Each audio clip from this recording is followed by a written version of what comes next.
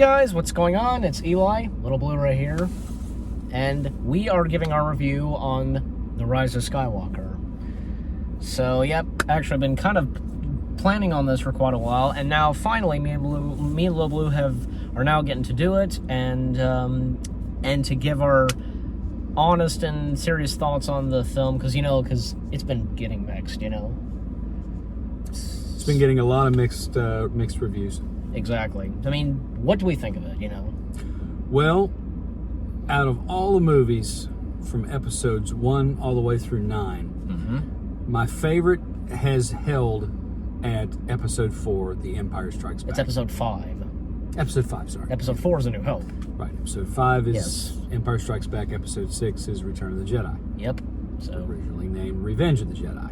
Exactly. But then it was changed to Return of the Jedi because Jedi don't get revenge. And it's stated in Star Wars, revenge is not the Jedi way, so... No.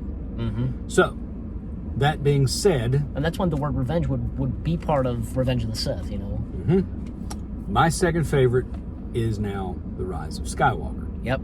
Number 1 is Empire, number 2 is The Rise of Skywalker. Correct. What would be number 3 for you? Number 3 for me... Like number 3, 4, and 5, like top 5 or whatever. Number 3 would probably be Revenge of the Sith, followed by A New Hope. And number 4 place? Number 4 in its place or number 5? Number 4 would be... Well, okay. Okay, number 1 is Empire, number 2 is The Rise of Skywalker, number 3 is Revenge of the Sith, would be number 4 and 5. Number 4 would be... in your top 5 list. A New Hope. And then number 5 would be Return of the Jedi. Nice. And see, because, both A New Hope and Empire, they're the best ones in the saga, They're the 2 best ones. So, but anyways, so for me, I did enjoy it, I remember that we saw it at theaters, the night it was coming out. Yep. Yeah, so, and, we'll just be talking about the whole film, so, what's interesting, because that we get to see, the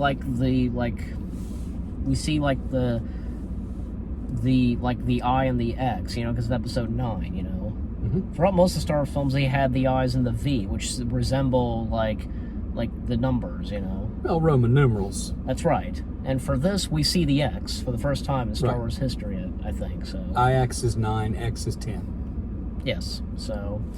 and so, the whole thing, and yet Kylo, finds something that, tracking down Palpatine, and it's really cool because Palpatine gets the first line of the film, Palpatine does get the first line of the film. Yeah, and what's really cool is that we find out from Palpatine that, after Kylo says, I killed Snoke and I'll kill you, Palpatine says that, my boy, I made Snoke. And that was pretty interesting. Okay, what did you think of that? Because Palpatine created Snoke, because we kind of see, because of the laboratories and such, where Palpatine is, and on Exegol, we see, variants of Snoke and such, Well, I liked how he said that, it's, when he says, when Ren says, I killed Snoke, I'll kill you, and you're just waiting, because it's going to be a killer line. Palpatine's going to have a killer line. And, of course, my boy. It's just... just so condescending, and the way he speaks, it puts him in his place. It's like, my boy. It's like, perish the thought. You kill me, right? Which, without giving anything away, it's kind of the last laugh is on Palpatine. So, for those who haven't seen it, I'm sure you have by now, but we'll just pretend like you haven't seen it yet, without giving away the ending. He dies. I think it's about time. Yeah, I think it's good that we talk about the whole thing. So yeah, I agree. But I'll point out one thing. Somebody posted on Facebook. One of my Facebook friends actually posted that they didn't think there was the one scene with the 2 women kissing.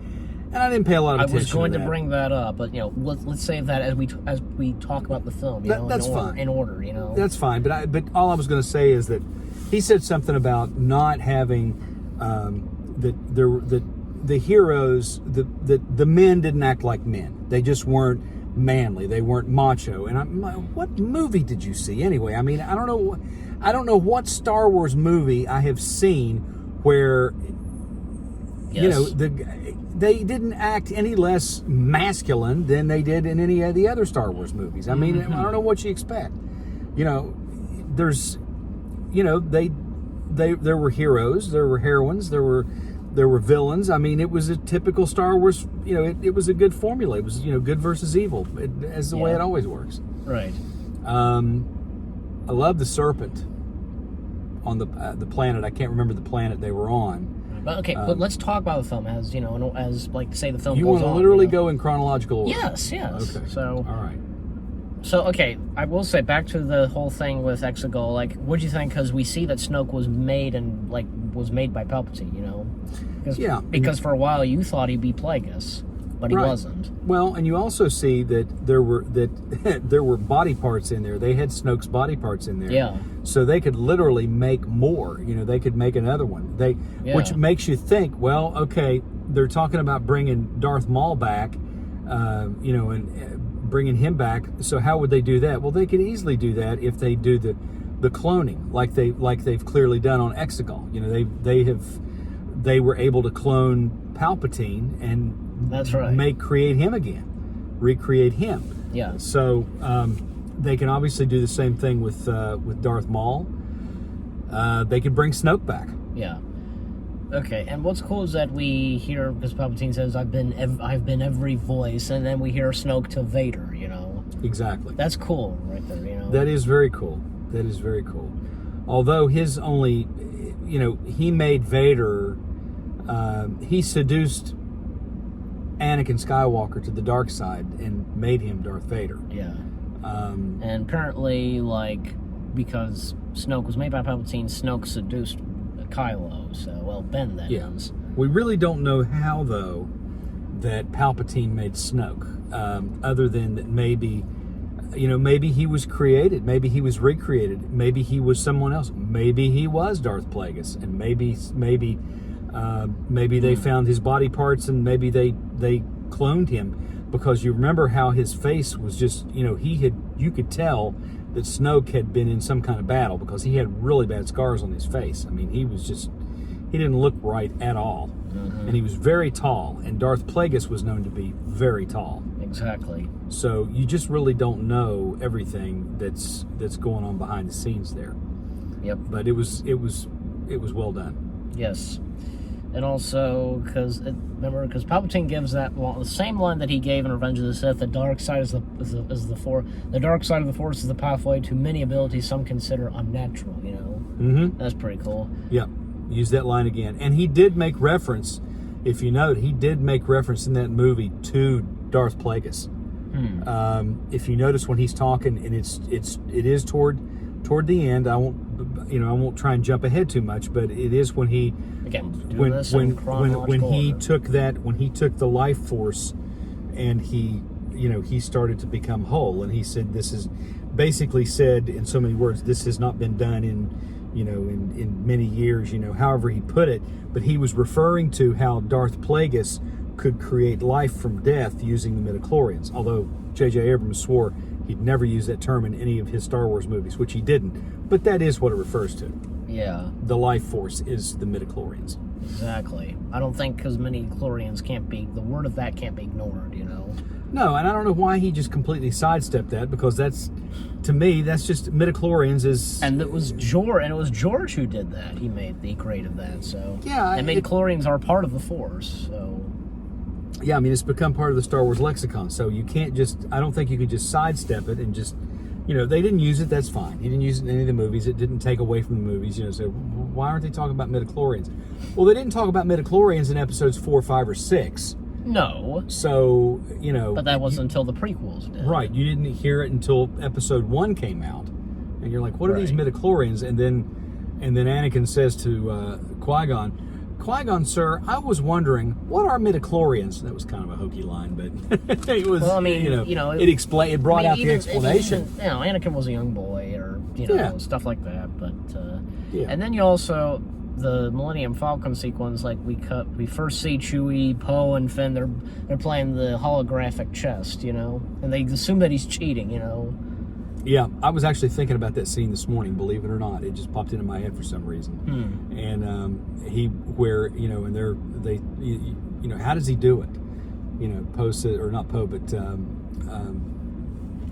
Finn says, "How does he do it?" And that's when Poe says, "He cheats."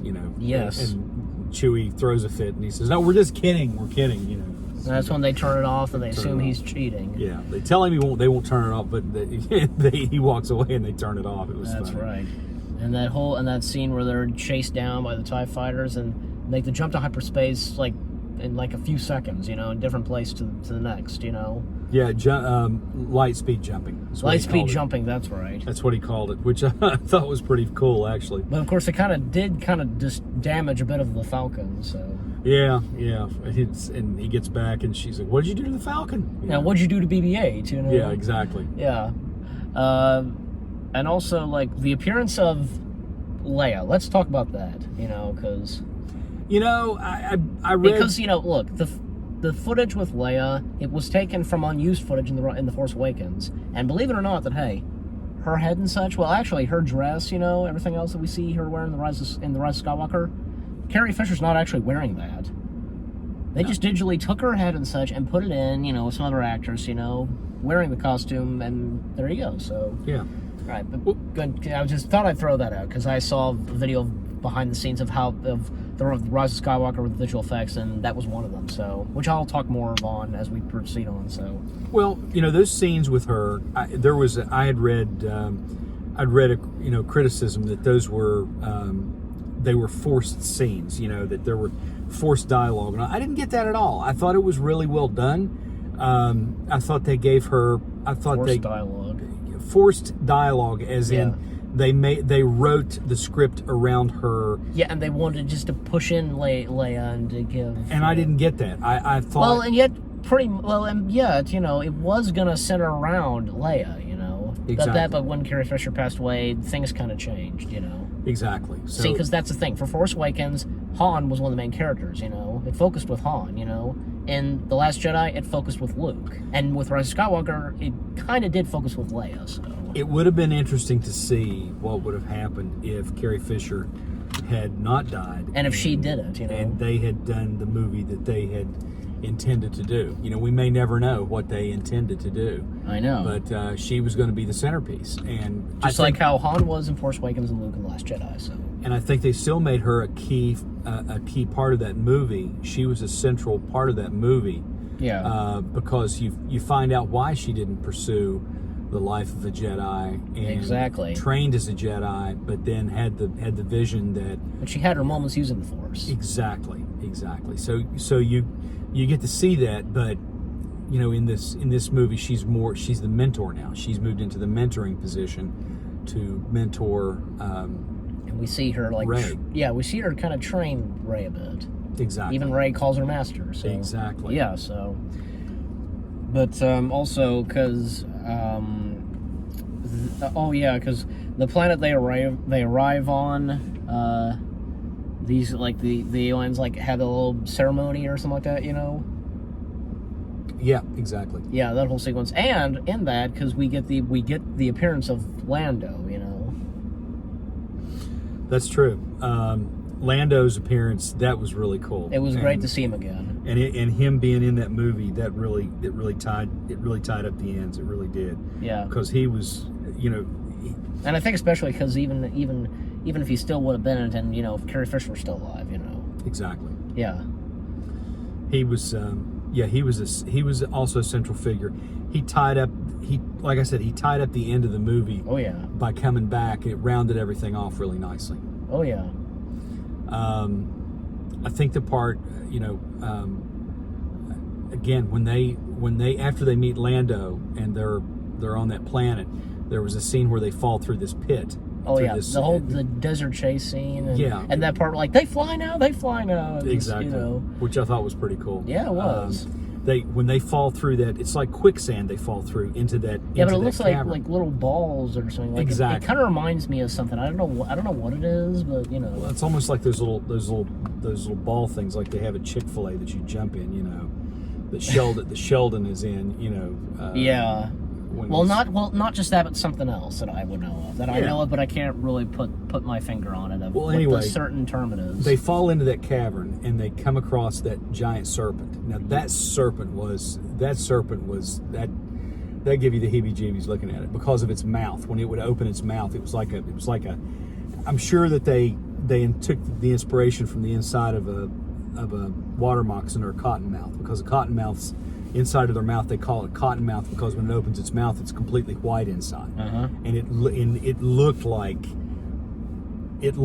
that, and it was really just it was menacing looking. It wasn't scary; it was just menacing looking, because you're looking at that mouth and you're just waiting for it to swallow up, Ray or one of them. Exactly. And then she uses her life force to heal it. Yeah. And then you begin to see the healing powers. It's. And I was gonna say, because when they fall down, such was funny. Like, she activates her lightsaber to guide where they're going. Yet Poe turns on the flashlight. That was pretty funny. Yeah, that was good. Yeah, that was good. That was a good shot. That was a good scene. Yeah, it was. There was I think one of the coolest scenes is when they shortly thereafter when she's facing Kylo Ren and the TIE Fighter. And the TIE Fighter. That's that one was of the in coolest scenes and that was in the first trailer or teaser trailer. Yeah, it was good. It was really good. Yeah. I like how they did it, and you see more. You obviously see more in the movie because they kind of cut it short. You see what she actually does when she does that flip and goes over the top of the TIE Fighter. But that is a cool ship. That TIE Fighter he has, that thing is cool. Yeah. And remember his TIE Fighter in The Last Jedi? That was a cool one too. It was very cool. Yeah. It was very cool. But it was, this one I really liked because it was red and black. Yeah. It was a really cool looking ship. And I remember the way the handles were on the ship, like he can kind of move them or something like that. Yeah, exactly. It was just, it was like this, you could just do. Yeah, it was pretty cool. And the part where I almost forgot to mention the Richard E. Grant and the Knights of Ren. They're them in episode 9. Richard E. Grant. Yeah, who played like the First Order general, Oh yeah. Richard E. Grant is a great actor. He's been in almost a handful of stuff. Yeah, he's been in quite a few things. Yeah, he's a really good actor. Yeah, he is a good actor. So, and he was good in this, Yeah, he was. Yeah, and also the appearance of the Knights of Ren. What do we got to say about that? Well, I'm glad they brought him into it. It was. Some people complain that there wasn't that much given to the Knights of Ren in this. But for me, I didn't care. I just they were in there and I thought that was cool. They got their actions, Yeah, there wasn't, but they played a key part, Sure, yeah. They joined up with Kylo in the First Order, so You really thought the Knights of Ren were more like Sith Lord, that they were Sith like he was, but they weren't. They were just like warriors. Yeah. And like when Kylo, when we see that Ben, he destroyed the Jedi Temple, and with Luke and such, like he go off to join the Knights of Ren. Yeah, that's pretty much it. He led the Knights of Ren. Okay, and then he later joined the First Order. Exactly. Yeah. So, and that part where he rebuilds his helmet, Yeah. And you noticed that? Did you see that one of them, like, it looked like they had the face of an ape, Yeah, exactly. For some reason, it reminded me of Planet of the Apes. For some reason, because of the newer Planet of the Apes films.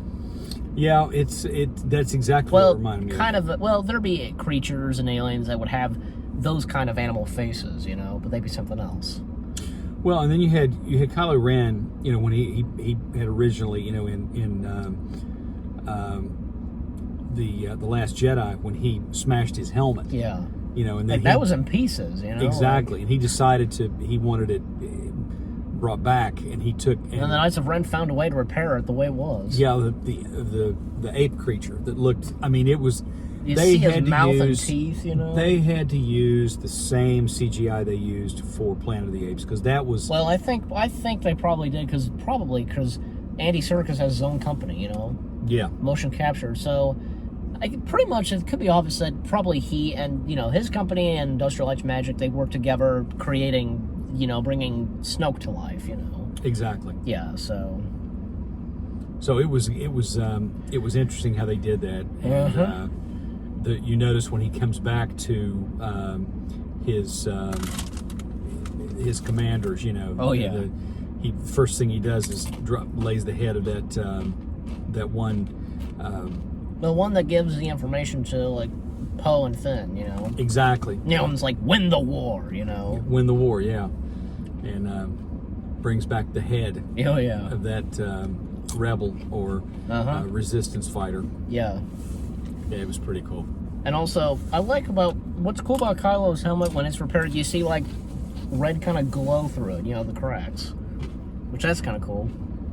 Yeah, I like that. Yeah. It was kind of shoddy welding, but it still looked pretty cool. Oh, yeah. And also, because the next planet they go to, which is the one that's at nighttime, kind of a bit snowy. Exactly. Yeah, and that bounty hunter, whatever, Zori, Zori and Babu. Yeah. Yeah. Zori almost had to look like a Mandalorian. But not really. No, but never took the helmet off. We only saw her eyes. Saw her eyes, that was it. She never took that helmet off. Uh-huh. So it kind of makes you wonder, what she was. She could have been a Mandalorian. Nah, I don't think. Well, you don't know. I mean, she didn't... And also... No, go ahead. Go ahead. Well, I was going to say, John Williams making a cameo. That was cool. That was cool. He finally appeared in a Star Wars movie, and I think it was his first kind of like acting debut or something. Yeah, it was good. It was good. I'm glad they put him in there. And there was and I saw this. It's on YouTube, like some behind the scenes. It's obviously for the bonus feature set of the Blu-ray because even like he wasn't sure if he wanted to do it. Like, oh no, but his wife encouraged him to do it. I guess It was his wife and his grandchildren, wasn't it? What? Wasn't his grandchildren? Didn't they encourage him to do it too? I thought I read that. Well, I think well, he said it was his wife. Okay, but I thought I read somewhere too that it was his grandchildren that did. But also, I could be wrong. Also, the junk that he's surrounded by, Yeah. like most of that actually, you probably didn't notice. It resembles, even like J.J. Abrams said this. He told John Williams that some of the junk surrounding him resemble his 51 Oscar nominations. One of Jaws with the yellow barrels, Yep. One from E.T., the E.T. ship.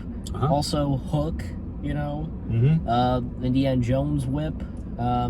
Also Private Ryan as well. Yeah, so that's pretty cool. And for John Williams' cameo. Exactly. Yeah, so because I'll have to show you that. That is pretty cool. But the way they look, they're supposed to resemble from the films, but in the Star Wars look, Yeah, exactly. Oh, also the iron from Home Alone in there as well. But we've already seen the iron, because remember in Last Jedi, because ironing the Imperial, First Order clothes? Right. Yeah, so that's been in there before, so... So, let me ask you a question. What is your favorite, from the original... Okay, let's go through the... Yes. The different incarnations of the stormtroopers, okay? You have the clone troopers in the beginning. Now, I don't think they count. I mean, it's kind of not. Actually, they kind of do, because they become part of the Empire. When it once... Yeah, but they don't last. Fortunately, Palpatine eventually, like sometime later, like stop using clones. Exactly, but General Order 66 is where they stop becoming clone troopers and they start becoming stormtroopers. Yeah. So of those, from those different, let's call it the evolution of the stormtrooper. Which is your favorite? We'll call it a uniform because that's what it is. The stormtroopers, the stormtroopers from the original. The original series of movies from episodes 4 through 6, or from the First Order on? From the clone troopers, the stormtroopers, and First Order stormtroopers? Mm-hmm. I'd say all of them, My favorite is the First Order. Okay. Well, you bailing out on the one from the original trilogy, No, those are fine, but they're not as menacing as the ones from the First Order. There's just the way those helmets are done. They redid the mouth and everything and the whole shape. They look more menacing to me. They look a little more. They look bad. And what about how the clones looked? You know, their armor and such. Yeah, like Commander Cody. They were from Commander Cody to Rex, etc. Yeah, I thought they were pretty cool. But their armor changed from Attack of the Clones to Revenge of the Sith. Yeah, but you also see, you actually get a glimpse of the stormtroopers toward the end of Episode 3, when they find Anakin on, burned and mutilated, basically. Yes. And he says, and Palpatine says, there he is, he's still alive. And he turns to that red stormtrooper and he said, he is a stormtrooper. He says, go get a medical capsule immediately. He says, yes, sir, right away. And he runs off. I mean, that's a stormtrooper. You see his appearance. He looks different. And that's when you first see... Well, no, it's still the clone armor, but with red striping and such. Yeah, but it still looks like the stormtrooper. If you look at it closely, it's that armor. I mean, it's just a different color. No, it's still a clone armor, so... I disagree. You have to go look and see. It looks like it's a stormtrooper. I mean, they've got it colored and they've got different markings and everything, but it's still that stormtrooper. Well, that armor's throughout the whole film, Yeah. All right. Yeah, so... So anyway, you realize though, because the clones, they had chips and such in them to follow Order 66. Right. And some of the clones, including Rex, found out about that and they removed their chips because, they were pretty much being controlled to follow, the evil way and such, Exactly. So it was programmed into them. So at a certain point, when they heard Order 66, they would change. It just hits their heads, and they would change and flip immediately. I know, yeah. Really kind of weird. Yeah, and you would kind of feel sorry for the clones because they were used. They were later on going to be used for evil and such. Sure. So, but also, okay, back to the film because in Rise of Skywalker, back to the film and also the sequence where because 3PO knows about the Sith kind of message, whatever it was, Yeah, exactly. Yeah. 3PO in his programming wouldn't allow him to repeat it for whatever reason. I guess it was too evil, too dangerous. That's when Babu Frik has to kind of fix that up, Exactly. Had to basically just pry it out of him. Yeah, once that happened, his memory was wiped, Mm-hmm. Even that part where he says, taking one last look, sir, at my friends, I think there are a few people that complain, those aren't your friends, because Luke, Han, Yeah. But excuse me, he's been friends with them before, Yeah, they're give me a break. Splitting hairs. Splitting hairs. He can have more friends than just the ones from the original trilogy, Mm-hmm. So you also notice in that room with the junk and such, we get a cameo of a battle droid, in there. Yep. Yeah, did you see that in there? Yeah, absolutely. Yeah, two of them appear in there in different locations in there, so. And that's when, also, because the First Order coming in, and they're on board this ship, how did you react? Because, how do we feel? Because when it was Hux that was the secret spy, he shoots the stormtroopers, no, he's I'd rather do this personally, and but then he shoots them, and then, I'm the secret spy, Yeah. What do we think of that? Well, he was a Benedict Arnold. I mean, he betrayed the First Order. But he was out for his own personal gain. He just wanted to see Kylo Ren. Yeah, that's when he says, I don't. He didn't care if he won. If he didn't care if the Resistance won. As he says, I don't care if you win. I just want Kylo Ren to lose. Exactly. And that was kind of the whole point. Yeah. And because we see in the films because Hux is kind of getting annoyed with Kylo. Yeah, he is, and but Kylo Ren knows that he's an enemy, and, yeah, and so does the other general, who's over the entire First Order now. basically second in command to Kylo Ren. Played by Richard E. Grant. Yeah. Exactly. But that's when Richard E. Grant, well, Hux reports it to what happened, like when they escape and such, and that's when the other general, he just shoots him, you know? Exactly. Because, wait a minute, because did he figure it was him, or was just getting just through with him or something? I don't know. I think he had it figured out. He knew he was a traitor. He knew it was him. Yeah. And okay, another thing is when Kylo reveals that Rey is Palpatine's granddaughter. Like, what about that? Well, I had that figured out. You did. I had it figured out from the Force Awakens. You did. I did. Oh, yeah. I knew there was. Right. I knew there had to be a tie-in with Palpatine, because if you watched how Rey fought with a lightsaber, Yeah, she kind of did like this. she you know, did jabs just like Palpatine did. Yeah, as we And saw that in was Revenge done. of the Sith. That was done intentionally. That was done absolutely intentionally, and Yep. you'll recall. You recall that it was also someone that we know on YouTube, on the YouTube channel, that goes by the handle IG Illusional, who also pointed out Oh, yeah. that there was something peculiar about the way she jabbed with that lightsaber. I don't remember him pointing that out. He did. He pointed it out, and he said, "Why is she doing that?" And I had already, Maybe I could, figured it out, and I said, "There has got to be a tie-in." I hadn't figured out that it was his granddaughter. For me, it didn't matter to me because, like, well, it's hard to tell, you know, who she related to and such. Well, Like, everybody kept we'll saying- find out. Everybody later. kept saying Luke. I said, he is Luke, she Han, is not related to Luke Obi-Wan, or like they Han put, or- like, yeah. and also Obi-Wan, but that's, you know, I say for it's me, there's we'll gonna find be out later. There's going to be a twist to it, but I knew, I didn't necessarily think that it was Palpatine who she was, but I felt like there had to be a connection there with Palpatine. So I said, okay, maybe she's related to Palpatine somehow. Yeah. And I think even at one point I even did say maybe that was like her grandfather or even her dad or something, you know? Yeah.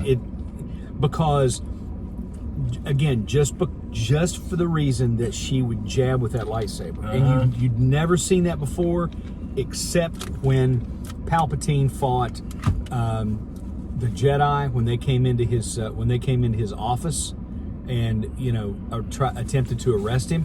And then when he's fighting Mace Windu, he does the same thing. Yeah. And when he kills the first Jedi, you know, he has that move, you know. Yeah, and he jabs, and I don't know who he takes out. I can't remember. Well, it's the one of them with like the horns and long hair. So. Exactly. I can't remember his name. Well, me neither. But and then he took out Kit Fisto, which really. Well, he took out ticked me another off. one and then Kit Fisto. So. Yeah, I like Kit Fisto was one of my favorite Jedi. And the Jedi Order and such. Yes. Well, I think one of my favorites was Yarl Poof. Yeah. Remember? Yeah, because you guys remember Yarl Poof's the one behind Qui-Gon in Phantom Menace where he like moves his head and such. Yeah. Yeah, even IG Illusional, he remembered that one as well. So, you know, and I have an action figure of that. So, yeah, if anybody remembers Yarl Poof, you know, just. Yarl Poof, you can just remember him because his head's going back and forth like this. Yeah. He's got a really long neck. He almost reminds you of the Camino cloners. Yeah, but they're different species, you know. They Both are. of them are different species with long necks. By the way, because, you know, Kit Fisto's your favorite, you know. You notice that Kit Fisto's look in Attack of the Clones and Revenge of the Sith are different? Yeah. Yeah. And, you know, Kit Fisto got a little bit of, we got to see some more of him in the Clone Wars series. Yeah, I like that episode. What episode? I can't remember what episode. Well, it was in the Clone Wars. They sent him on a mission. It was in season 1. He had like a Padawan learner. It was a calamari, and they wound it up in the lair of Grievous. Yeah, well, he ended up, you know, you find out that his species can breathe underwater. Oh yeah, that's been established, you know. Yeah, he's an amphibian. And he was, you know, he was one of the main characters in the first episodes of season 4, the underwater arcs, you know. Mm-hmm. So, But anyway, so back to the Rise of Skywalker. Here's another thing. We do get to see Rey's parents. You know. Yeah, we finally do get to see her parents. We finally do realize that there were no drugs or anything like that. Yeah, they were not. They weren't scavengers like she was. Even when Maz said in The Force Awakens, like when she says to Rey, "Whoever you're waiting for, they're never coming back," and Maz would not be lying, okay, because Maz is wise, and what she says is true, you know. Yeah, and they weren't coming back for an obvious reason. Yeah, and we see that in The Rise of Skywalker. Yeah, you do. You see it, and you realize they were actually good people. And they left her on Jakku, you know, for protection. And that's when like that alien that they were trying to find, you know, who eventually was killed. They found his skeleton and such, you know, that he was the one that murdered them, you know. Yeah. Yeah, and that's when like oh boy, like what was it like? Also like I kind of forget now because what else after I forget what else after they get on the Falcon and what next?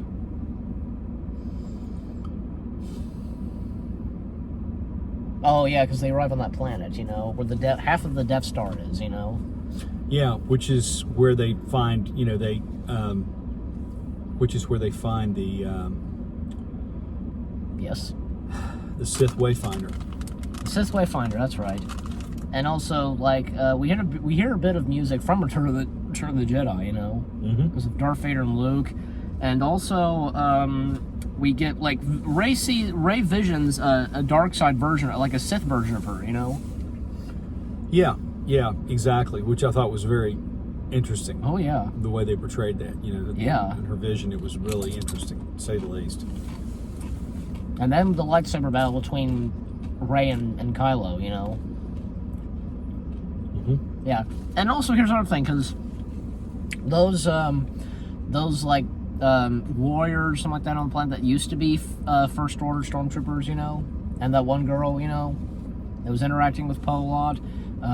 Yeah, they seemed okay, you know. And also those horse-like type of creatures. Yeah. Those were actual horses, but they did put like some bit and such, like dots on the horses, and they use computer to do their faces. They made them look a little different. Yeah. So those were real horses, but they did put like dots and such on them, you know. And also, remember, because in the film, one of the droid Dio. Yeah. Yeah, he was cool, you know. And I didn't know, because I don't think people knew. I didn't know. You probably didn't. You didn't know that he was gonna have a speaking voice, you know. Because for a while, and when he was introduced at Celebration, he had the beeping sounds like most droids would, you know. But no, like in Rise of Skywalker, he had a freaking voice, you know. Exactly. Yeah, and like J.J. Abrams voiced him. That was cool. I like that droid, and it was you know, no, thank you, no, thank you. Yeah. And because it had been mistreated. That's right. Yeah. And then it finally figured out it could trust him. Yep, and became friends with BB-8. So exactly. And remember, J.J. Abrams, as I said, J.J. Abrams did the voice of Dio. Yeah, which you can tell. He did pretty good doing a droid voice, and for Dio. Almost wishes at the end of that Star Wars movie, when they do the Bad Robot productions, they would have had like BB-8 or Dio. When they would have had Dio roll up instead of Bad Robot. I don't think that'd be possible. Well, no, but I mean, he voiced it, so why not? I mean, it's his production company. He could change the logo just for that movie if he wanted to. That would have been kind of cool, actually. But anyways, so I'm back to but also, as I was saying, the lightsaber fight between Rey and Kylo, you know. Yeah. And then we kind of cut back from that to with Leia, you know, trying to reach out to her son, you know.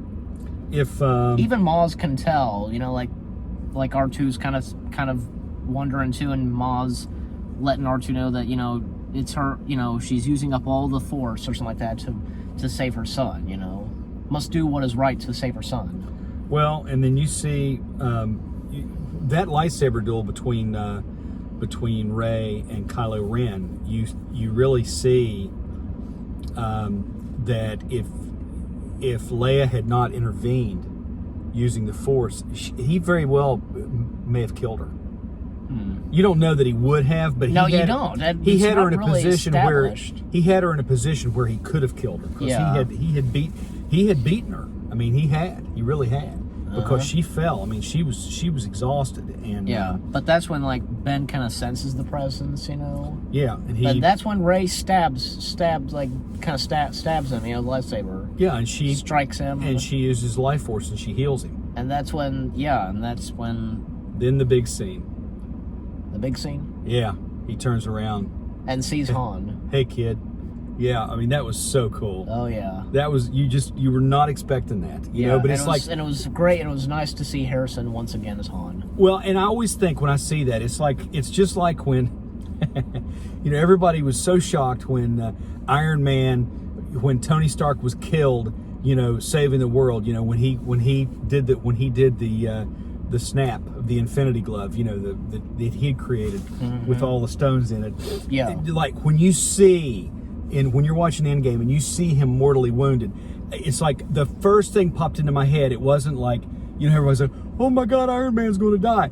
My first thought that popped into my head was, well, crap, he didn't sign a new contract. Because, you know, the rumor was that apparently I've read, Robert Downey Jr. was probably not, or didn't sign a new contract, and I thought, well, they're going to kill him off. But I read that he might have, you know. Yeah, he may have, and I do not think we have seen the end of Tony Stark. No, because again, I don't believe it. He can appear anywhere, and as I said, how he made his appearance in Homecoming, you know. Yeah, exactly. Like he pops up there randomly, you know. Sure. So he can do the same in any Marvel film. He absolutely can. See? And Yeah. and I think they can bring him back as easily as anything. Exactly.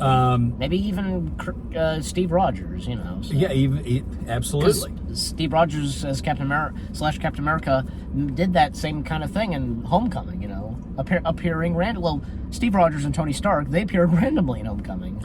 I'm still waiting not to get off on a tangent here talking about Avengers, but We're sticking with Star Wars. We're sticking with Star Wars, but I'm still waiting. I still want to see a scene, an end scene, and it could happen. Hey, when Black Widow comes out, it could happen at the end of Black Widow. Well, I'm sure, because it's even said that Tony Stark is supposedly making an appearance. Well, but I'm talking about the very end credit scene. Can you imagine the one that played seeing Peggy Carter in the house, the doorbell rings, or there's a knock on the door, and she's like yells through the house and says, "I'll get it," and goes to the door and opens the door, and there stands Thor. And Thor says, "I'd like my hammer back, please." Yeah. And I mean, that'd be absolutely so hilarious because Steve Steve Rogers took that hammer back with him through time.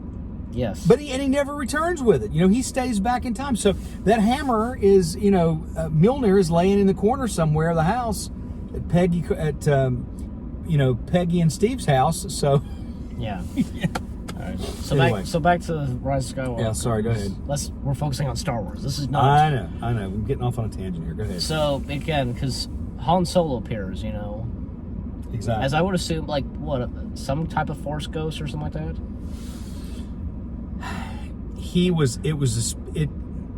Or just in like kind of like basically Ben's vision, you know, like in his head or something. You know, one time I saw a chart and it showed all of the Star Wars characters and it showed their midichlorian count. Yeah. And Han Solo's midichlorian count was actually pretty high. I mean, it was not like that of a Jedi, but it was significant enough that he would have could possibly have some Jedi reflexes, you know, in a few situations. So who knows? Maybe he was able to come back. You know, maybe he found a channel through Kylo or through Ben's. By that time, he's now basically Han turns him back to the good side. Yeah. Yes, yeah, that's right. Even like Han says to his son, you know, like Kylo Ren is dead. You know, my son is alive. You know. Exactly. So, even I read an article. I didn't read that much, but you know, like Harrison Ford says that Harrison Ford doesn't know what a Force ghost is and doesn't care. You know. No. That's Harrison Ford. What can you expect? Oh yeah, So. yeah. He. It's just like his when he made the appearance on Conan O'Brien. And they said, and this was set up, of course. They had somebody in the studio audience, Conan O'Brien said, well, they wanted to, some of your fans wanted to ask you some questions. And I believe we've got a fan here who wanted to ask you a question about Indiana Jones. And it was about his whip, and it was about what was the original color for the whip's foil? The whip, yeah, and it was like a technical question about the whip. And Harrison Ford just has a look on his face, and he says, "Who gives a beep?" SH. That's right. Yeah. Asterisk. Yeah, it's funny, huh? I was hilarious because it's true. It's like it's going off on another tangent here. It's like when William Shatner did the skit on Saturday Night Live when he goes to a Star Wars or Star Trek convention, and everybody's asking him all these questions, and he finally just breaks down and he says, "Don't you people have a life?" He says, "Is this all you do?" He says, "It's just a TV show." And he just goes it's more off than just on him. a TV show. Yeah, of course. And he just goes off on him, man. And then finally they reel him in. And the guy that's like his handler or whatever in the skit, he's like, Mr. Shatner just did an impromptu skit of Captain Kirk, whatever it was, to try and cover up. It was hilarious. Well, wasn't that for the Oscars when Shatner reprised the role as Kirk, Oscars, what do you mean? Well, because Shatner appeared as Kirk in the Oscars, informing Seth MacFarlane of tomorrow's headline of him as an Oscar host. Oh, yeah, I think so. Yeah.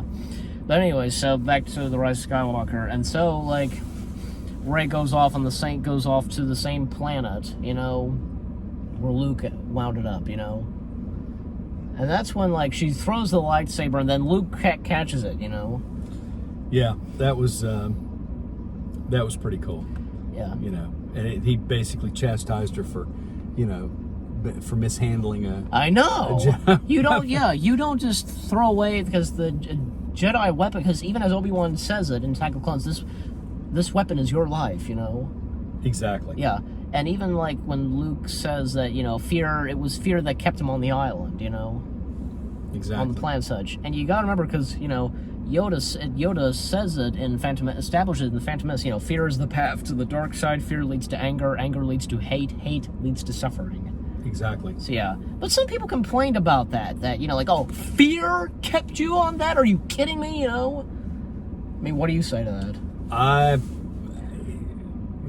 Again, I think I established because of what Yoda said in Phantom Menace. Well, Yoda, the way Yoda plays it off, is the way he almost makes fun of Luke. It's just like, missed you I have, because he sees how he overreacts to things and overthinks things sometimes. And Yoda's point being, Yoda just brings it all back to center, chill out, and he says, and ensures you've destroyed the Jedi, the sacred Jedi texts, oh, read them, have you? Well, no, it's page turners, they were not, basically saying that. And he said, the girl Rey has, has everything she needs. Yeah. She didn't need to read the ancient Jedi texts, and all that.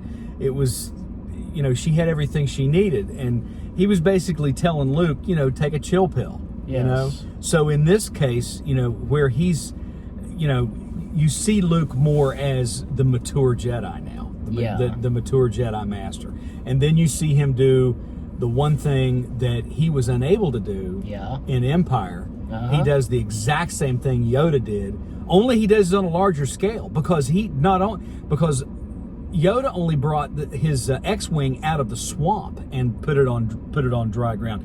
Luke pulls it from the bottom of the ocean. Yeah. And does it, and sits it down on dry land. The same music played when Yoda... Exactly. And had the same, almost like it was seaweed hanging off of it, and it had the same look as it did on Dagobah when for Return Yoda of the Jedi. Exactly. And probably was, because it probably was, Luke. Exactly. Yeah. The thing is, though, actually, Luke apparently, his X-wing was left on Dagobah because he got on, he made it to the Millennium Falcon. Exactly. So yeah, wondering, I was probably, because the X-wing he flies in that we see in Return of the Jedi, was probably another one, say no. Yeah. Probably, so. Well, it was Red 5. I mean, when When they track it back, they Wow. they track his old call sign. It was Red 5. Yeah. So it was still the same. It was still the same X-wing. But you wonder how did they get it from Cloud City? You know. Well, Because it was left there when he fought and lost to Vader. Then the Millennium Falcon got him. So. yeah, but they would have gone back and gotten it. They Yeah. could have gone back and recovered it. You know. And also we get a quick appearance of the Porgs. You know, for a few seconds. The Porgs. Yeah, you remember? Yeah, the Porgs. Yeah. Exactly. Because remember Last Jedi? They were a lot. They were everywhere in the film. You know, just about. Yeah, and Chewie was getting ready to eat one for dinner, and The look on the Porg's face. they were just looking at him like, "You murderer." Yeah. And he couldn't handle it, so he just, Yeah. he scared him away, and then he couldn't eat it after that. I guess he realized, where are these cats coming from? I don't know. But back to the film. So basically, oh yeah, remember? Because speaking of Chewie, remember when Chewie, because how he reacts to Leia's death? Exactly. Yeah. That really, of any part of the movie, that got to me. That got to me worse than anything. I mean, it really did, just to see his reaction. It put a lump in my throat. It really did. Because, Chewie had been great friends with Leia, etc. The family, you know what I'm saying? Yeah, it was like we've seen how he reacted with Han, and we see him how he reacted with Leia, so two people he loved, you know? Yeah, and that was just like, it killed him to lose Han, but then when he lost Leia, that was just like the final straw. Tormented him, you know? He was just absolutely devastated. That's right, yeah. It just tormented him pretty much, you know? Exactly. But still going strong, still fought against, you know? Mm-hmm. And that's when they talk and such, and they go off, and Lando and Chewie were going to go off, and they were going to get more ships to join? Yeah. Get the Republic to join or something? Well, you are talking about Rise of Skywalker. Yes, I'm talking about the Rise of Skywalker. What do you think I was talking about? They went off to rally the troops, basically. To which troops? The Republic troops? Or to anybody to get volunteers to fight, that they needed their help. And this was like that's right. the big battle. And so, it just shows basically showed Lando's leadership skills. He was able to pull together he managed to get all, Lando found a way to do it, Yeah, he pulled together a coalition of ships that were just it's Lando Calrissian. massive. Exactly. Yeah. I mean, it as many of those Star Destroyers as there were, based on Exegol, you still, I mean, there were overwhelming numbers with that coalition that Lando put together. And during that battle, we get the appearance of Wedge, Oh yeah, that was cool. For like a second, Yeah. And when he says, "Nice flying, Lando," Yeah. Nice flying, Lando. Yeah. That was really cool. Yeah, it was cool to see him again. And Dennis, what's his last name? It was cool. It was cool to see him return as Wedge, and he is Wedge. Of course he is. Yeah. And he is the uncle of Ewan McGregor. Ewan McGregor. Yeah. Exactly. And I remember reading this that his uncle told him. His uncle told him not to do Star Wars. Yeah, that was. Do you remember that? I don't remember. Actually, don't remember that. But I knew the tie-in that was his uncle, and I thought that was just so cool, and that was more the reason for him to do it. Yeah.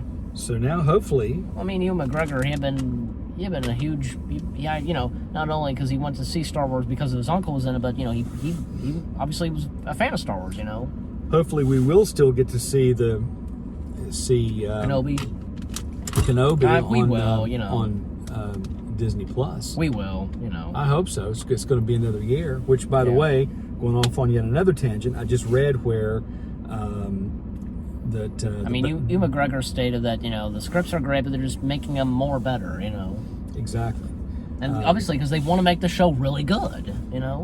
The director and not just get straight to it, but the director for the Batman, Matt Reeves, posted that it is on indefinite hiatus. The movie, they have shut down production until after COVID-19 passes.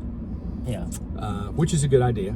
Yeah. But you know, you Most just hope film- that it's going. You hope it's going to pass a lot faster I hope so. Yeah. to get them back on track. Yeah. But anyways, back to the film, and also because what was it like? Wasn't it cool? Because like some of the resistance and Finn, Rose, and such, they rode on the horses and they were on top of one of the Imperial First Order ships. You know. Yeah, that was cool. That was cool. Yeah. And you notice that what was cool is the First Order ships. They now have the capability of using weapons to destroy planets. Exactly. That's crazy. From the Death Stars to the First Order. Oh God, what was the name of the Starbase? Was Starkiller Base? Starkiller Base. From the Death Stars to Starkiller Base and to First Order ships now using those kind of weapons on their ships. You know. Exactly. That's crazy. You know. Exactly. And Starkiller Base was much more menacing than anything else because it could take out whole systems. Yeah. I mean, it could take out multiple planets at once. You can't bail out on the Death Stars, you know. Well, no, the Death Star was menacing, but it, you know, I think the thing that really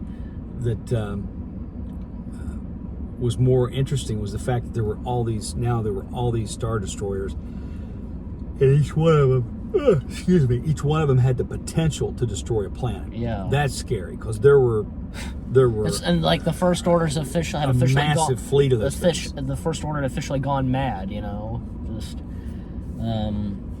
but and Palpatine called it the Final Order. Yeah, the Final Order, and it was the Final Order. And another thing is the whole fight between controversy, you know, confrontation with Rey, Palpatine, and Ben, you know. That was cool. And Ben taking on the Knights of Ren, you know. Exactly. And you know the last line that we hear from Ben in the film is when he falls and such and he hits him, then he's like, ow, you know. Exactly. That's the last line from him. When he goes, ow, you know. At that part where, hey, like Rey puts the lightsaber behind her back and then Ben gets it, you know. Yeah, that was cool. And the Knights of Ren are kind of a bit surprised, you know. Yeah, but and Ben kind of shrugs, you know, like, you know, and he's just like, yeah. His thing was like, you know, that was funny, like, right there. Here I am, come and get me. Yeah, that's right. Yeah, that was funny. And also like some parts with Palpatine, like all those hooded figures, you know, in their seats. Like, wait, what were they exactly? The hooded figures in the seats. Those are like Sith kind of like type things, right? Like, yeah, they were like, you know, they were like the citizens of Exegol. I mean, they were all probably like, you know, dark citizens, priests or something, and being taught by Palpatine, I guess. Being taught, and taught. And that part where, like, Palpatine, like, you know, I am all the Sith, you know? And then unleashes the Force lightning on every ship, you know? Exactly. That's crazy. And you think that, oh my gosh, it's coming to an end, you know? Like, it's the end for the Resistance, you know? Yeah, you're always, there's always a part in a Star Wars movie where you're just like, how are they going to get out of this? I know. You know? And they got out of it, so. Yeah, that's right. And also, I remember because Poe's X-Wing pilot, you know, the fat one, you know, he got killed. Yeah. Yeah, I was kind of been surprised, you know. Yeah, he had been in every. He was kind of like JJ's Lucky Charm, I guess. Yeah, he was because he played in Lost. He played on. He appeared in the Star Trek films. Yep. Like he voiced Kirk's uncle, you know. Yeah. You hear him, you know, hey, are you out of your mind? That car's an antique, you know. Exactly, Yeah. and he says, but. And then we see him as like in Star Trek Beyond. So. Yeah, he's a Starfleet officer. They're a tracking station outside. That's right. Yeah, tracking to see what comes in, everything else. Exactly. You know. Yeah. So yeah, it was a good. It was a good. Yeah. It was a bit of a shame he got killed, you know. It was, but you know that's okay. Yeah, he died a hero, so. Yeah. And another thing is that the part where Rey reaches out to the Jedi, you know, be with me and such. Exactly. And you hear the voice of the Jedi. That's right, You finally get to hear the voice of the Jedi. Yeah. But some people complained, like, we didn't see them as, like, Force ghosts or anything like that. But for me, I'm fine with just hearing their voices, you know. Yeah, you heard their voices. That was fine. They were there in spirit. And that's what was important, so, you know. Yeah, most of them, so. Exactly. Not all of them, that is. Right. Another thing is that Rey, because like finally gets up and then takes on Palpatine and kills him. You know. Mm-hmm. You know, I'm all the Sith, and she says I'm all the Jedi. You know. Yes. That's right. And then, man, Palpatine's death kind of gruesome, don't you think? Kind of gruesome, yeah. Yeah. It was kind of gruesome. But that's how he gets killed, you know? Exactly. And that's when, like, Rey uses up all the energy, right?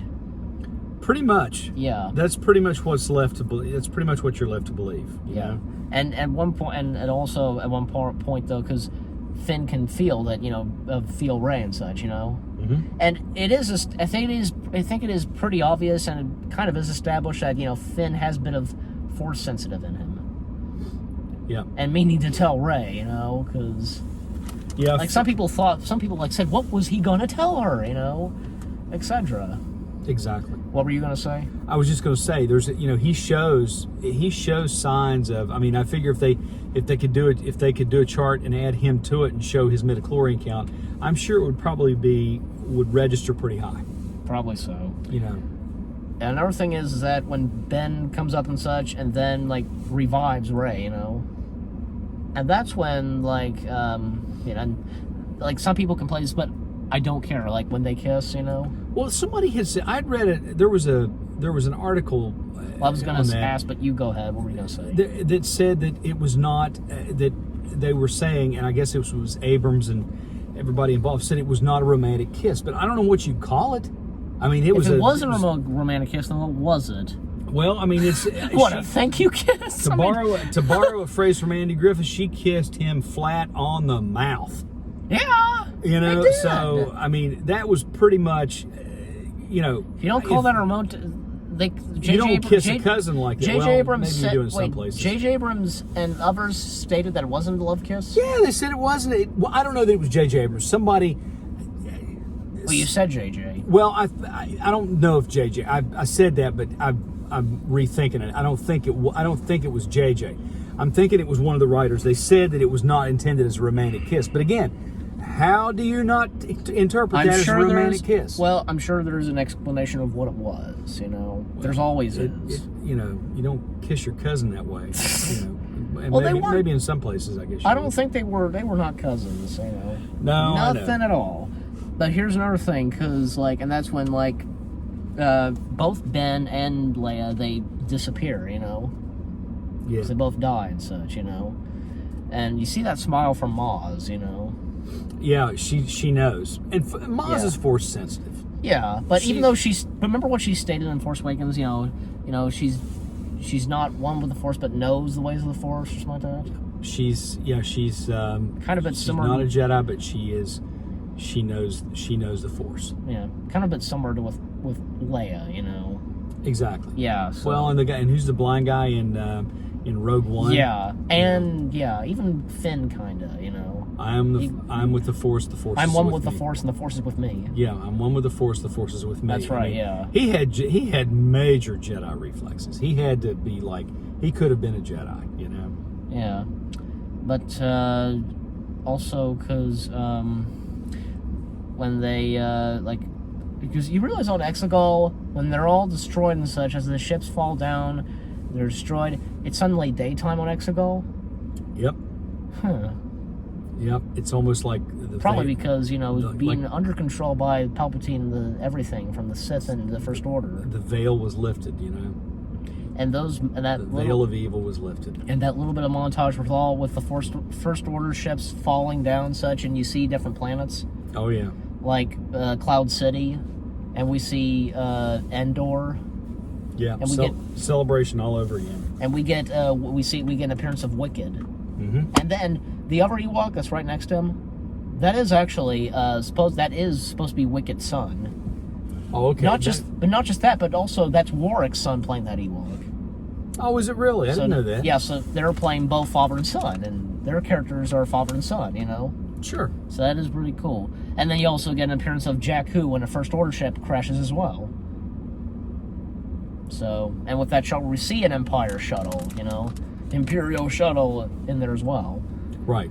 And of course, like, they all returned to that planet they were on, you know? Mm-hmm. And still, that lesbian kiss, you know?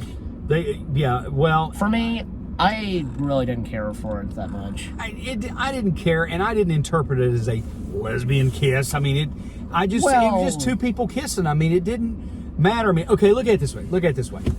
Who knows that maybe they come from a planet where everybody looks like female? Okay? Maybe they come from a planet where there's no males and it's all female. Or maybe, just maybe, they're family members, like one is the mother, one is the daughter. You know, it wasn't any big romantic kiss. They just kissed. It was just like they just, you know, like, I mean, you've seen kisses like that before in the movies, and it's more like a celebratory kiss. I just didn't take it that way. You know, now there are people in the what do they call it nowadays? LGBT community, whatever. You know, they were all saying, oh, you know, some people were saying, oh, it was great to see that, and then those people were saying it wasn't enough. Well, okay, maybe it wasn't intended for either. How about that? Maybe it was just a celebratory kiss. Two women just happened to kiss. Like I said, didn't come across as romantic to me at all. Also, the part where Maz gives Chewie a medal. Yeah, that was pretty cool. Like, that's been going on for quite some time, even because, you know, remember in New Hope he didn't get a medal? Yeah. Yeah, so... Yeah, I was, that's the one thing in New Hope. I was just like, so Han gets a medal, Luke gets a medal, and Chewie gets what? He just gets to stand there and roar? I'd be roaring too, you know? Imagine if he was roaring, complaining he didn't get a medal. Like, where's my medal, you know? Yeah. Even Kevin Smith talked about that as well. Exactly. And the final scene where Rey on the Millennium Falcon arrives at Tatooine, you know? Yep. Oh, yeah. That was a nice way to just... And that's where it started, you know, from New Hope. That's where it started. That's where it started from the original. That's where it ended with Episode 6 for the when they save Han, they have to deal with Jabba. Yeah, so and that's when in the prequel trilogy, that's when in Phantom Menace and in Attack of the Clones, and it ends with Revenge of the Sith. Right, Tatooine has been there all along. You know? Yeah. It's sort of like the epicenter for the Jedi almost. I mean, you know, that's where it's from Anakin to Luke, and not really with Rey, but she was on another planet that had sand and such. Right. And he was, you know, and Luke was the chosen one. I mean, he really was. I mean, they said that Anakin and Luke. Anakin was the chosen one, yes, and the prophecy was fulfilled. And even as you hear Anakin's voice in there because of the Jedi reaching out to her, like, you know, bring back the balance, Rey, as I did. Yeah, exactly. And and that's what happens. It's like as Snoke said in The Force Awakens, he says, you know, that the dark side of the Force rises and the light rises up to meet it, you know? Yeah. So at the same time Kylo Ren was coming into being, so was Rey. You know? Yeah. She was receiving her awakening. Yeah. So the way it ends up, you know, on Tatooine with her there, and then she like puts them like in a blanket or something like that, and then pushes them down to the sand. Pushes them deep into the ground in the sand. Yeah. And then she gets her lightsaber, you know, gold and such. Yeah, which was really cool. Yeah, that was a really cool lightsaber. And then somebody comes up, like, you know, nobody's been here for so long. You know, who are you? You know. Yeah, and then she says, "I'm Rey," and like, Rey who? And then she looks, and there's Han, and Luke and Leia. Luke and Leia standing there watching, smiling, her, Force Ghost standing there. Yeah. And then the last word that she gives, Rey Skywalker. Yeah, which was a nice ending. Yeah, I thought. And some people complain that, you know, her being Skywalker, you know. Right. But what do you say to that? What do you think to that? I thought it was fine. I mean, she didn't want to be associated with Palpatine. No, because she rightfully belongs being a Skywalker. Exactly, she does. See, yeah. And she carried that name on. Yeah, that's right. Yeah. And see, that explains the title for it, The Rise of Skywalker. Exactly. Yeah. So, in some ways, with Ben and and mostly with Rey. So, and people would get surprised by that. You know, they would read, okay, Rise of Skywalker. That means Rey is going to be a Skywalker.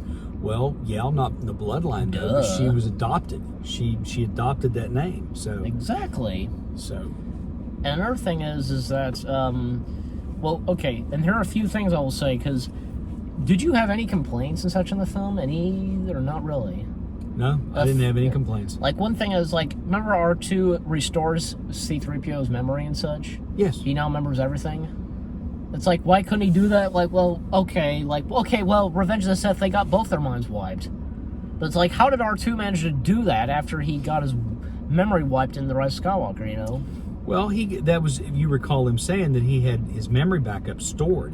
And 3PO was like, you know, well, I wouldn't trust R2, you know. He's not the most reliable. But R2 did it right. Yeah, you know? R2 did back up all of his memories. That's right, yeah. And you also know, because, I almost forgot to mention, because remember that scene we see, like, Luke tells, like, with the scene with, like, Luke and Luke training Leia, you know? Exactly. And it's younger versions of them. Exactly. Now, I found, actually, the face with young Luke and young Leia, Luke's face is taken from Empire. And that scene with him, Yoda, and Obi-Wan. And with Leia's face, it's in Return of the Jedi, where Luke and Leia, they're out there, you know, the bridge, you know. And when Luke says, you know, when Luke tells him that, you know, yes, Leia, you're my sister, you know. Exactly. And that was built, and Carrie Fisher's daughter did play that part, and of course they put Leia's face in there, you know. Yeah. It was the body for Leia, and they put the young face of Leia in there. Sure. And you also notice there wasn't that much to, like, say, Rose, you know. No, Rose she really didn't get a whole lot. She was the center of attention in Last Jedi. In The Last Jedi. And she was good, you know. She was good. And so, but this one, she was really a big character. Yeah. Everybody's, hey, yeah, there's Rose. Yeah, I remember her from the last movie. Yeah, but there wasn't a lot of her. She had very few lines, and it was almost like she was in there just for the continuity part of the story, you know. Because it would have been awkward if you didn't see her in that movie at all. I know, yeah. So they had her in there for a reason. Of course, yeah. And some people seem to have enjoyed the character Rose, including myself, you know. Yeah, I did too. I didn't care for every single time she would pop up on screen. She had this in theme Last music. Jedi. Yeah, she had this theme music, and it was like it didn't have to play all the time. It was like enough of the theme music. Like, okay, like there are some things that are okay. Like, hey, when we first see her, you know, and you know, and that's in her first scene in the film, and her theme's played. That makes sense, you know. That's fine. And I guess in like the part where they're out there on the balcony, you know, talking, you know, she's talking such. I guess it's okay right there, you know. Exactly. Yeah. So that's fine. Those two things are okay, you know. That kind of makes sense. Also, because, like, okay, like, the voices of the Jedi, you know? Yes. Like, you recognized all of them, did you? Yeah, I did. Yeah. From Anakin to Obi-Wan, that was both Ewan McGregor and Alec Guinness. Yeah. Ahsoka Tano. And Ayla Secura, and there was Qui-Gon Jinn and Yoda. Yes. And this other Jedi... And Mace Windu. Yeah. Samuel L. Jackson. And the other Jedi that we hear says rise rates... Adia Gala, or I'm having trouble saying her name, but she was like this thing that had these three things like from the back of her head or something. I really can't remember, but you know. I can't remember either. Well, she was like, there was more of her in the Clone Wars. She got killed in season 5, etc. Also, Kanan Jarrus was in it. And yeah, you hear him saying, "In the heart of the Jedi lies their strength," you know, something like that. Yeah. Yeah, and you. Another thing is it was really cool to. You've been going on like saying like, you know, that Hayden Christensen has to appear in this, you know. Well, I thought he would. I was really shocked that he didn't. But we heard his voice, you know. Yeah, that was still good. That was, but I was just hoping that he would make an appearance as a Force Ghost, you know. Yeah. Basically, sit Ben straight and say, "You idiot! What are you doing?" You know. But to Ben. Yeah, I mean, you know, not to that extreme, but you know, basically, just set him straight. Yeah. But here's the thing, like, I don't know if you knew this, because, like, you hear Ahsoka, she has a few lines, you know? Mm-hmm. Okay, because I almost forgot to mention all the Jedi from Anakin, Obi-Wan, Ahsoka to Yoda, Mace Windu, Luminar Unduli, Ayla Secura, Adila Gale, whatever it is her name is, Kanan Jarrus, and Qui-Gon Jinn. Well, okay, wasn't it cool to hear Liam Neeson as Qui-Gon, Liam Neeson in there as Qui-Gon Jinn? Sure. It was, yeah. But also, because Ahsoka making a voice cameo, a lot of people, including myself, and you probably didn't read this that much well, because, like, everybody was upset, because they feared, like, if she was killed, you know? Yep. But Dave Filoni, you know, one of the directors, and who had been working on Clone Wars, who had worked on Clone Wars, Rebels, and one of the directors of Mandalorian, and executive producer, he established, this past, you know, back in December 25th, that, you know, that she's fine, you know? Yeah. And there was a drawing he did, because the tweet that the post he made and such, like he says, you know, been thinking all about you this holiday season, you know, happy holidays, picture of Gandalf and Ahsoka, and Gandalf says, everybody thought I was dead, look how that turned out, you know? Exactly. So that establishes Ahsoka's alive after the Rise of Skywalker, so. Right. Besides, Ahsoka is like the fan favorite, you know? And the most popular character. They wouldn't have the guts, you know, to... Right. And here's another thing. As of now, because her... You know, you're starting to watch Rebels, you know, and still in season 1, right? Still in season 1, getting close to the end. Let me just say this, because I know I might have told you this before, like Ahsoka's appearance at the very last episode of Rebels, you know, the very end, some people are calling her, like the Gandalf of Star Wars, you know? She's like Ahsoka the White. Yeah. And Dave Filoni, I think it's obvious because Dave Filoni has done a few things in Star Wars because it's clearly obvious that he's a Lord of the Rings. He's a Lord of the Rings fan. Yeah. And has done a few things kind of similar with Lord of the Rings, you know? Star Wars' own version of... Star Wars have done their own versions from other stuff, like Westerns, that kind of stuff. Right. You know, and because of the space fantasy, you know? Yeah. And because, like, Ahsoka being Ahsoka the White, you know? And that proves that she's more powerful, you know? Right. And I think as of now, because of, even though Rey has become a very powerful Jedi, you know, I think probably Ahsoka is more powerful than she is. Right. Yeah. And, so I just thought I'd pull that out, so, you know. So to sum up, because we're going real long here. Very long. The last... Hey, it's worth it, you know, the Rise of Skywalker. Yes. How many stars? That one being poor, 5 being top. Like, what do you mean? One being worst, 5 from 1 10 out of star. 10, from 10 out of 10 to what? No, 5 stars. 1 star being terrible, 5 stars being fantastic. What do you give it?